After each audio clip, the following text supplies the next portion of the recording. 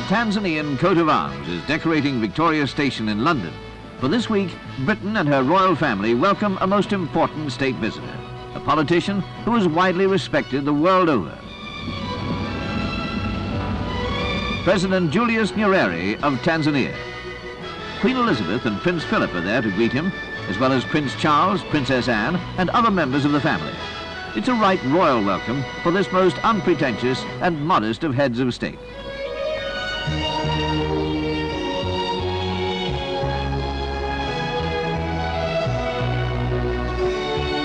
This is President Nyerere's first state visit to Britain, although he's been to Britain privately on previous occasions. The state visit will last 4 days.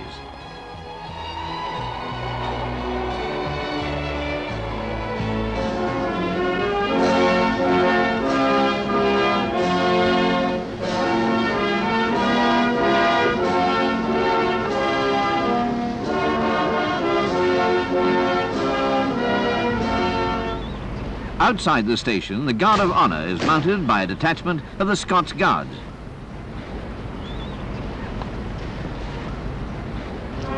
Before the state drive to Buckingham Palace, there's the formality of inspecting the guard. Now it's time for the people of London to welcome the President as he makes the traditional journey in horse-drawn carriage to Buckingham Palace with the Queen. State drives are occasions for the Queen to present her guests to the people.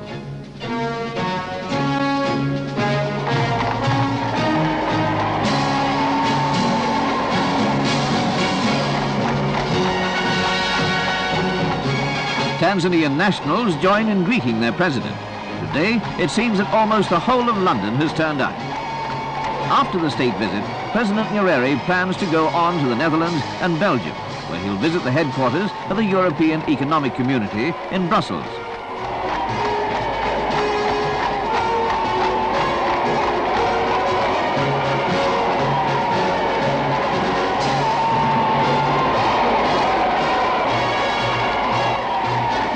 Tanganyika became independent and a member of the Commonwealth in 1961. In 1964, she was joined by Zanzibar to become the United Republic of Tanzania.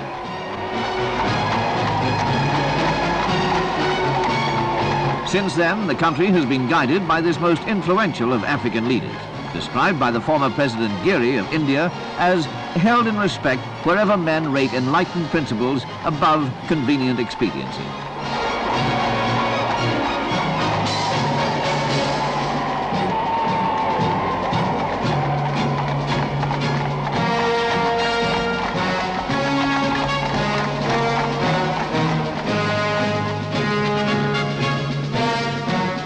Britain and Tanzania have historic ties of friendship, and both are members of the Commonwealth, which has the Queen at its head. This group of nations brings together a population of around 900 million, with different religious and cultural backgrounds, in the cause of common good.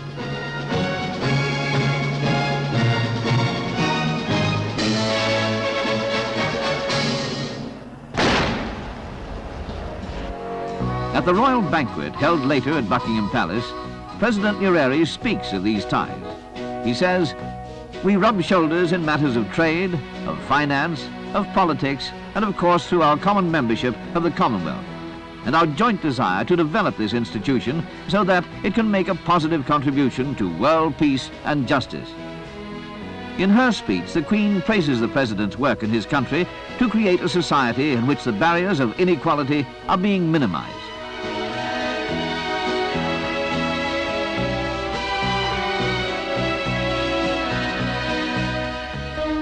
The President also visits the ancient university town of Oxford.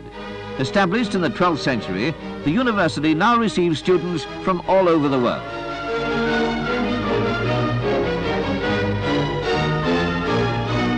President Nyerere himself spent some of his student days at a British university in Edinburgh, where he is said to have finalized his own unique political philosophy, a philosophy that combines ideas of socialism, Africanism, and human dignity.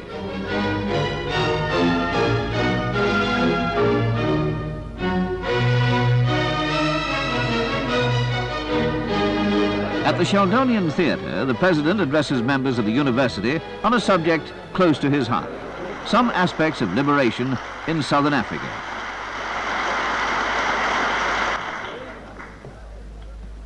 Mr. Vice Chancellor and friends,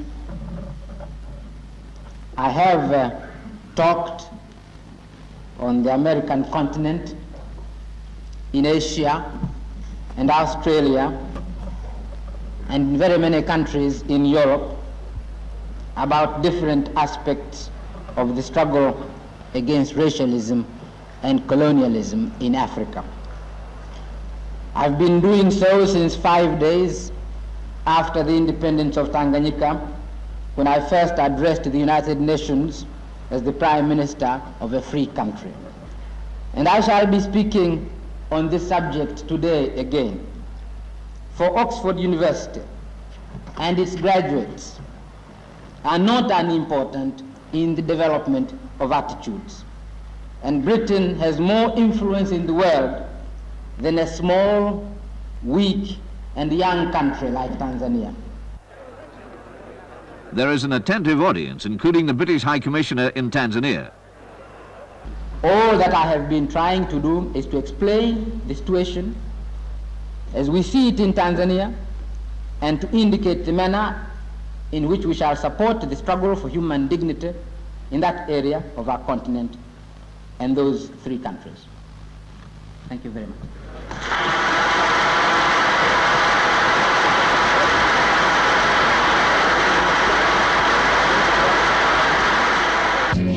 President Nyerere takes advantage of his stay in Oxford to visit the Commonwealth Forestry Institute, which is concerned with both education and research in forestry. He's particularly keen to see the work of this organization because of the emphasis Tanzania is placing on agricultural development.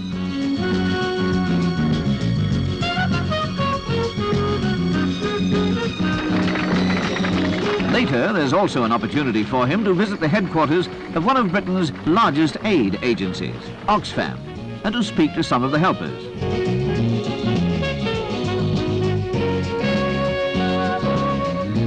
Many of these people give their time to help the world's less fortunate. Next stop, number 10 Downing Street in London, which is the residence of the British Prime Minister, Mr. Harold Wilson. The two men are colleagues of long standing.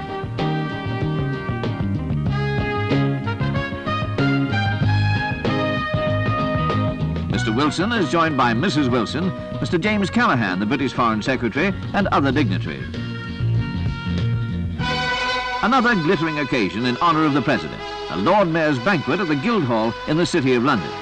It gives the President a chance to meet and address the business and finance community of the city.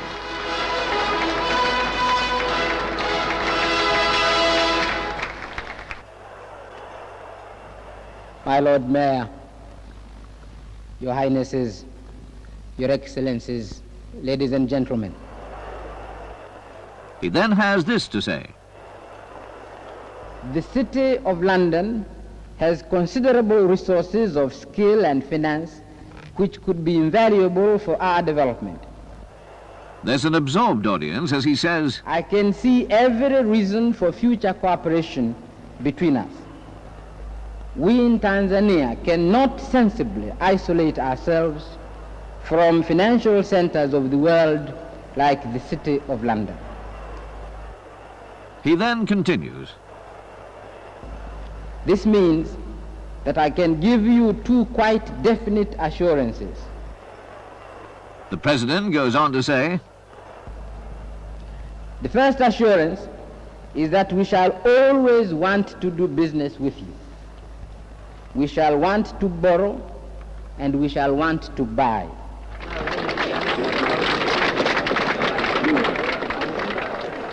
And the President receives a grand ovation from one of the world's great business communities.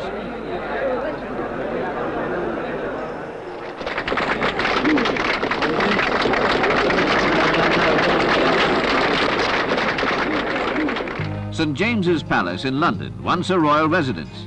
Representatives of foreign powers are still accredited to the Court of St. James. It is there that President Nyerere receives ambassadors and high commissioners of Commonwealth countries.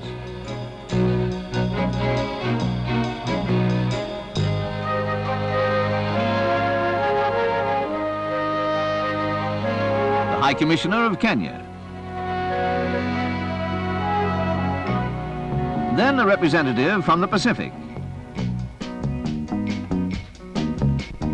ambassador of Saudi Arabia.